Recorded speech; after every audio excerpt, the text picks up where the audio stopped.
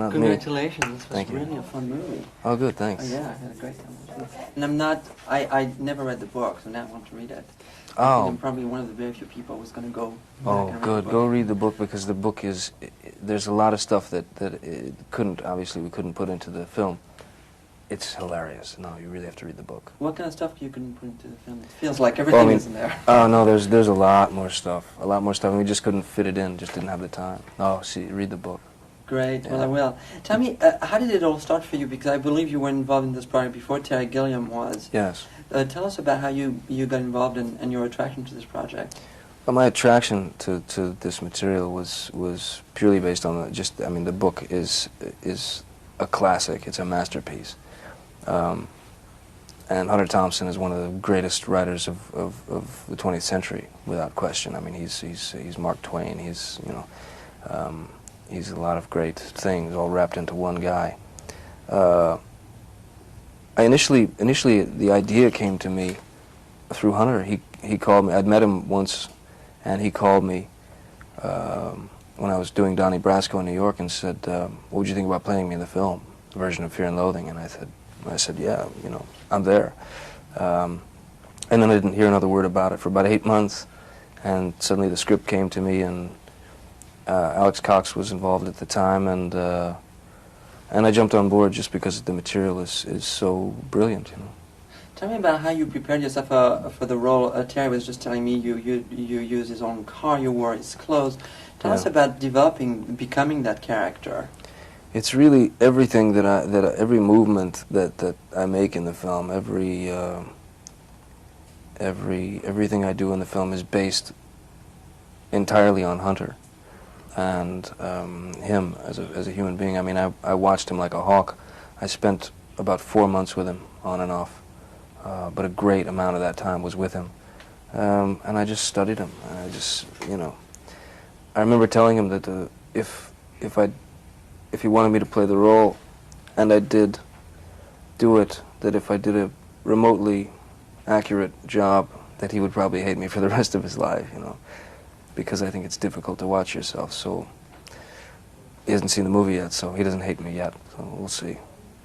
Tell us about working with Benicio del Toro. I mean, you guys have like such intense scenes together. I'm wondering the kind of rehearsal period you might have had together, the kind of work you've done together to achieve that incredible chemistry on screen. Well, the rehearsal period was pretty minimal, actually. We did a little bit here and there. We sort of walked through things and talked about a lot of stuff. We talked things through a lot, and tried to stay with the book and stay true to the book. But I think the best thing for Benicio and I was to go out and sort of, get drunk together. We went out and got drunk and spent a lot of time. Like when we were in Vegas, we went on some very strange ride in skyscraper thing, and walked around, late at night up until like 7, 8 in the morning, going to 7-Eleven together. Just sort of, normal bonding kind of thing. Terry Gilliam was a perfect choice to direct this movie. Absolutely, without question. How did you guys work together? I think we worked very well together. Terry, aside from the fact that he's an incredibly gifted visual filmmaker, he's also very good with actors.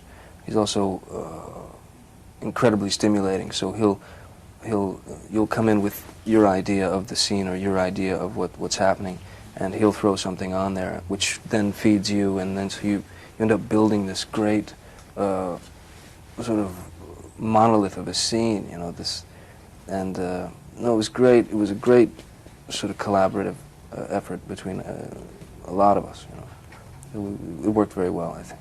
How do you explain that those guys are so likable despite what they do? Well, I think they're likable because they're pure. I think they're pure in the sense of their vision, their dream, and what they're set out to do.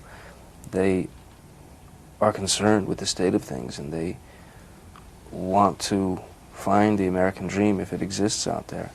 I think they're likable because they're serious about what they do.